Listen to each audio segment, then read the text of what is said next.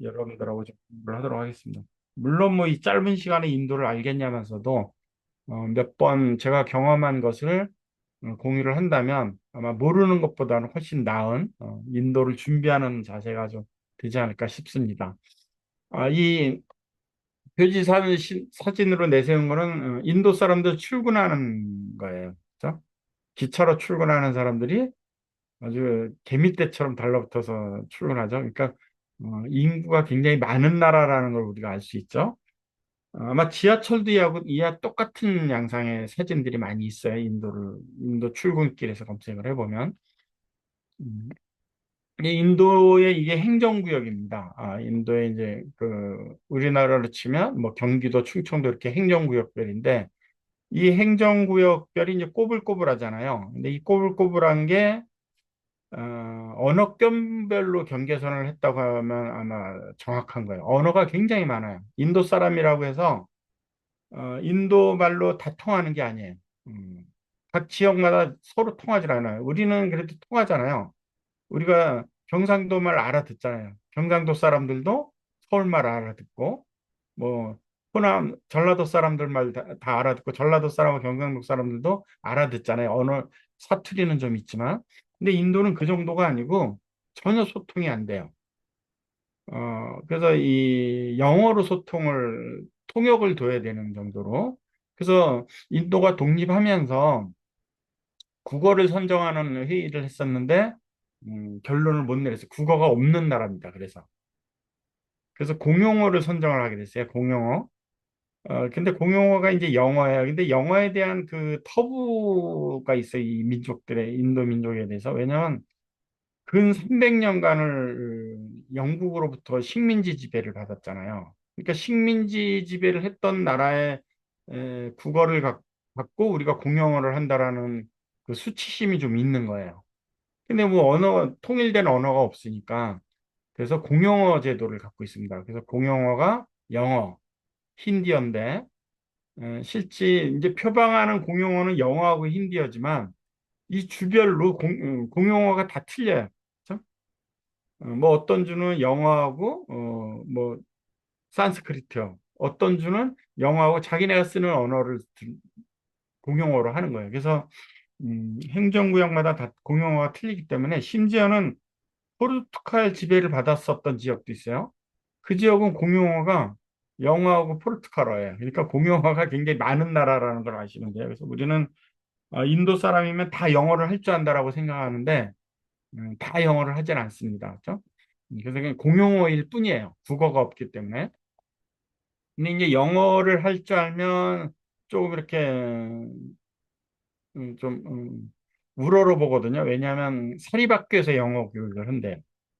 공립학교에서는 공용어국을 한대요. 힌디어를 쓰는 데서는 힌디어로 교육하고 공용어가 다 틀리잖아요. 그 주마다. 그 주에서 주에 자기네 고유의 언어로 교육을 시키는 게 공립학교래.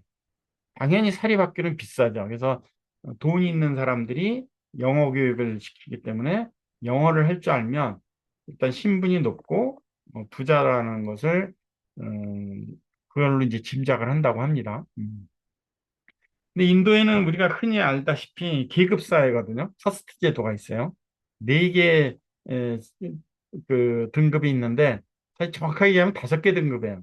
브라만이라는 승려 등급이 있고 크샤트리아는 귀족 등급이 있고 바이샤라는 평민 등급이 있고 수드라라는 노예 등급이 있고 이 4개 등급에 속하지도 않는 사람 취급도 안 하는 불가촉 천민이 있어요. 여기는 이제 뭐 대장장이 뭐 소 키우는 사람, 소 잡는 사람, 아니 돼지 잡는 사람 이런 사람들이 여기에 이제 속하거든요. 이렇게 5등급이 있는데 이것은 사실은 유래는 힌두교에서 유래가 됐다고 합니다. 이 아리안족이 인도 무굴 제국을 만들면서 자기네 아리안족하고 이 피지배 민족하고 구별하기 위해서 자기네는 브라만 크사트리아고 나머지 사람은 이제 농민 노예를 만들기 위해서 이렇게 했다 그러는데 그래서 인도는 이 계급 사회인데 이 계급이 사실은 법적으로는 1947년도에 폐지가 됐어요. 법적으로는. 근데 수세기 동안 상습적으로 행해왔던 제도이기 때문에 실생활에 엄연히 존재를 합니다. 근데 예를 들어서 노예, 불가촉 천민에 속하는 사람들이 이 귀족 등급 사람들한테 말할 수 없는 차별 대우를 받으면서도 그, 살아가는 이유는 힌두교의 교리 때문에 그래요. 힌두교의 교리는 인도 사람 80%가 믿는 종교인데 이 교리가 이제 뭐 한마디로 말씀드리긴 좀 뭐하지만 윤회 사상을 갖고 있어요. 그래서 현재 내가 태어난 그 등급이 안 좋으면 전생에서 나쁜 짓을 한 거라고 생각을 하는 거예요. 그 다음에 내가 다음 생에서 좋은 등급으로 태어나려면 현재 내가 받고 있는 등급에서 죄 안 짓고 현재 받고 있는 등급을 충실히 이행을 하면 다음 생에 이제 내가 브라만으로 태어날 수도 있는 거예요. 그래서 현재 나의 처지에 대해서 그렇게 비관하지 않아요. 왜냐하면 나의 전생 때문에 내가 이렇게 태어났기 때문에. 그 다음에 다음 생에 잘 태어난다라는 희망이 있잖아요. 그러니까 현재 내가 수드라 노예 계급이라 하더라도 수드라에 충실하게 살면 다음 생에 내가 잘 태어날 수 있거든요. 그러니까 순응하고 사는 거예요. 그래서 이 제도가 유지가 되는 거예요. 법적으로는 47년도에 없어졌지만 힌두교가 지배를 하는 사회예요. 그 대표적인 게 이제 화장실이 없거든요. 화장실이 있는 집이 반도 안 된대요. 그래서 지금 현 모디 총리가 인도의 미래 계획을 발표하면서 화장실을 뭐 몇만 개를 만들겠다. 이게 국가 발표예요. 근데 이 화장실이 왜 없느냐? 힌두교 교리에 더러운 배설물은 집에 두면 안 된다. 집 멀리에 버려야 된다. 그래서 각자 알아서 그냥 항아리를 들고 나가서 볼일 보고 뭐 항아리에 비우고 오는 거예요. 그러니까 화장실이 지금 집에 있는 준비되어 있는 가정이 반도 안 된다고 합니다. 그러니까 그 문화를 우리가 이해할 수 있는 부분이죠. 근데 카스트 제도가 이제 좀 무너져 가고 있어요. 현재에서는 법적으로도 없어졌고 그래서 카스트 제도에 불만을 갖고 가끔 시위도 일어나기도 합니다. 근데 인도 사회는 공권력이 굉장히 강한 나라예요. 우리가 몽둥이 찜질 받는 경찰이 시민을 몽둥이 찜질하는 거 우리가 봤어요. 저 코로나 때. 왜 마스크 안 꼈느냐? 왜 집에 있으라는데 나왔느냐? 몽둥이 찜질하고. 근데 코로나 이전에도 어 이제 인도의 그 열차에 여성 칸이 있거든요. 근데 출근 전쟁을 할 정도로 붐비니까 시간은 없고 여성 칸에 종종 남자들이 타요. 근데 그 남자들을 경찰이 내릴 때마다 따귀를 때려요. 그 정도로 이제 공권력이 굉장히 강한 나라거든요. 근데 이제 이 카스트 제도 때문에 이 평상시에는 별로 따지지 않다. 결혼만큼은 굉장히 따진대요. 높은 신분의 여자가 낮은 신분의 남자하고 결혼했을 때 명예살인을 한다고 합니다. 가족들이. 장인이 사위를 죽이거나 신부의 남동생이 자기 누나를 죽이거나 매년 천여 건의 명예살인이 일어난다. 그러니까 이 힌두교 교리가 얼마나 실생활에 뿌리 깊이 박혀 있는지를 우리가 이제 이해할 수 있는 사회죠. 근데 그리고 이제 인도는 그 기업 활동하기가 굉장히 힘들다 그래요. 그 공무원의 행정 절차가 80가지나 된대요. 회사를 만들려면. 근데 이런 행정 절차가 이렇게 복잡하다 보니까 뇌물이 많이 만연하는 사회거든요. 근데 이게 왜 이렇게 됐느냐 하면 이제 영국으로부터 독립을 하면서 초대 총리가 이제 네루인데 이 네루 초대 총리가 구소련을 모델로 삼은 거예요. 2차 세계대전이 끝나고 그 러시아 그 황제 국가에서 어, 그 공산주의 국가 소련으로 변모하는데 굉장히 짧은 기간 동안 놀랄만하게 사회가 변화됐잖아요. 발전이 됐잖아요. 그 네루는 그 모습이 부러웠던 거예요. 구소련의 황제 국가에서 전제 국가에서 그러니까 공산주의 국가로 딱 뒤바뀐 거에 대해서 왜냐하면 2차 세계대전 끝나고 소련이 미국과 대등한 그 강대국이었잖아요. 그 강대국의 모습을 본뜬 거예요. 미국의 모습을 본떴다면 좋았으려만 소련을 본뜬 거예요. 그래서 그 국가 계획 경제를 합니다. 그러니까 공산주의 이론이 좀 들어간 거죠. 그죠? 자유경제가 안 들어간 거고.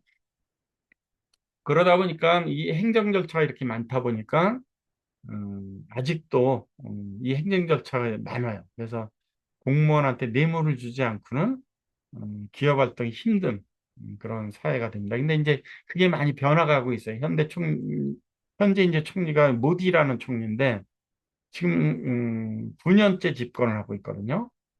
근데 힌두교 원리주의자예요. 힌두교 민족주의. 그래서 힌두교 교리에 의해서 사회 풍습은 거꾸로 가고 있는데 자본주의 경제로 활짝 열어서 경제는 지금 많이 발전을 하고 있습니다. 그래서 인도의 그 발빠른 경제 발전이 이제 대두되고 있는데 2023년도에 G20 회의를 인도에서 열었어요. 그렇죠? 인도가 주최를 해서 그만큼 인도가 지금 급부상으로 가고 있습니다. 인도에서 지금 내세운 캐치프레이즈가 뭐냐면 메이크 인 인디아예요. 전 세계 물품을 우리가 만들어내겠다라는 캐치프레이즈를 갖고 있거든요. 이건 마치 중국이 개방을 하면서 급성장을 했잖아요. 한 40년 동안 급성장을 했잖아요. 메이드 인 차이나를 주장하면서 중국이 급성장했듯이 그 중국을 지금 모델로 하고 있는 거예요. 그래서 인도는 굉장히 젊은 나라입니다. 그리고 지금 현재 인구가 막 늘어나고 있죠. 그러니까 한 가족당 2.5명을 낳는다 그래요. 그러니까 인구가 막 늘어나고 있고 현재도 늘어나는 중이고요. 그래서 중국이 많은 노동력을 바탕으로 메이드 인 차이나를 주장하면서 급성장한 세계 공장 역할을 자처했었는데 그것을 지금 인도가 대체를 하고 있어요. 그래서 인도가 최근에 급격하게 경제력이 좋아지면서 G17 회의도 개최할 정도로 지금 강대국으로 올라서고 있습니다. 근데 이제 인도는 교육열이 굉장해요. 우리나라도 이제 교육열이 높은 나라잖아요. 근데 우리나라의 교육열은 인도에 갖다 대면 세 발의 피라고 합니다. 근데 인도는 코다라는 이제 도시가 있는데 이 도시는 학원 도시예요. 학원으로만 이루어진 도시예요. 그래서 인도의 입시 제도가 어느 정도로 열렬하냐면 어, 이 한 아이를 교육시키기 위해서 전 가족이 돈을 벌어서 이 아이의 학원비에 쏟아붓는다고 합니다. 왜냐하면 한 아이가 좋은 회사에 취직을 하면 자기가 그 카스트 제도에 의해서 천민이라 할지라도 그 가족이 그 하나의 아들이 출세하면서 신분이 상승돼 버리는 거예요. 돈이 생기잖아요. 수입이 생기잖아요. 수입이 생기면 이제 그 다음부터는 그 버는 돈으로 다른 자녀들을 학원에 보낼 수 있고 또 학원에서 좋은 대학 가면 음, 이제 신분 상승이 되고 그래서 이제 모든 인도인들이 가고 싶어하는 데가 인도 공과대학이에요. 매년 10,000명 신입생이 생긴다고 합니다. 그러니까 이 코다라는 학원 도시는 인도 공과대학의 자녀를 입학시키기 위해서 만들어진 학원만 있는 도시예요. 여기에 올인을 하는 거예요. 모든 인도인들이. 그래서 인도 공과대학에 붙으면 그 가족은 신분 상승이 됐다라고 해도 과언이 아니에요. 그죠? 인도 공과대학에서 나오면 이 졸업생들이 대개 어디를 가느냐? 미국의 실리콘밸리에 취직을 하고 거기에 취직을 못한 이류에 속한 사람들은 한국 수원으로 취직을 한다고 합니다. 삼성전자든지. 음, 그리고 이제 이 인도공과대학에서 입학 시험에 떨어진 10,000명에 들어가지 못한 학생들은 이제 미국에 있는 MIT 공대라든지 예일대라든지 하버드에 진학을 한대요. 그러니까 인도의 이 코다라는 학원 도시가 얼마나 열렬하게 교육을 시켜서 우수한 인재가 여기서 나오는지를 우리가 이해를 할 수 있죠. 근데 이 모든 교육열이 신분 상승 때문에 그런 거예요. 가족의 신분 상승. 아마 우리나라도 교육열이 높은 이유는 어, 내 자녀가 서울대 스카이에 가면 아무래도 이제 신분이 보장되잖아요. 그죠? 높은 그 연봉이 보장되고. 그러니까 미루어 짐작할 수 있죠. 우리는 뭐 한국의 가족이 신분 상승까지는 아니지만 그에 준하는 효과를 얻잖아요. 근데 이 인도는 이 카스트 제도가 있기 때문에 오히려 더 여기에 이제 올인을 하는 거죠. 그래서 인도의 그 인도공과대학이 이렇게 이 모든 전국의 인도인들이 다 자녀를 여기에 보내고 싶어하는 그 심리를 우리는 이 카스트 신분 제도에서 또 한번 유출을 해낼 수 있습니다. 근데 인도에 이제 뉴스킨이 2025년도에 이제 들어가겠다고 발표를 했는데 이미 이 인도에는 네트워크 마케팅 회사 굉장히 많이 있습니다.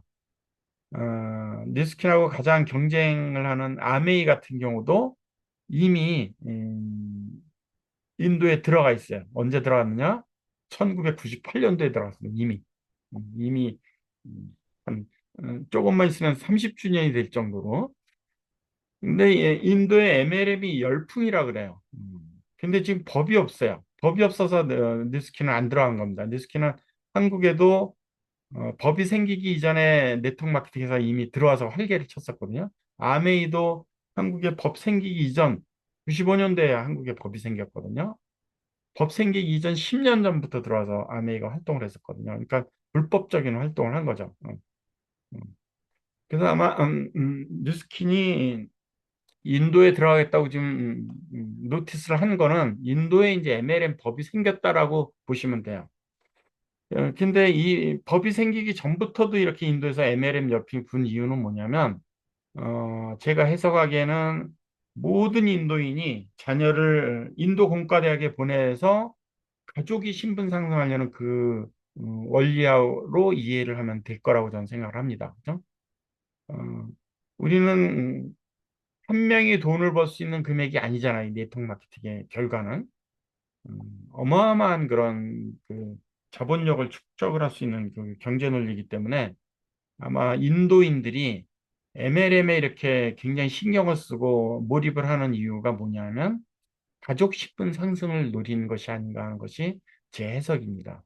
그래서 모든 인도인이 자녀를 음, 온 가족이 힘을 모아서 한 자녀를 인도 공과대학에 보내려는 그 가족 신분 상승을 노린 그 노림수와 준하게 MLM의 가치를 인도인들이 여기고 있지 않나 이런 생각에서 인도의 MLM 열풍을 제가 이해를 할 수 있습니다. 그렇죠?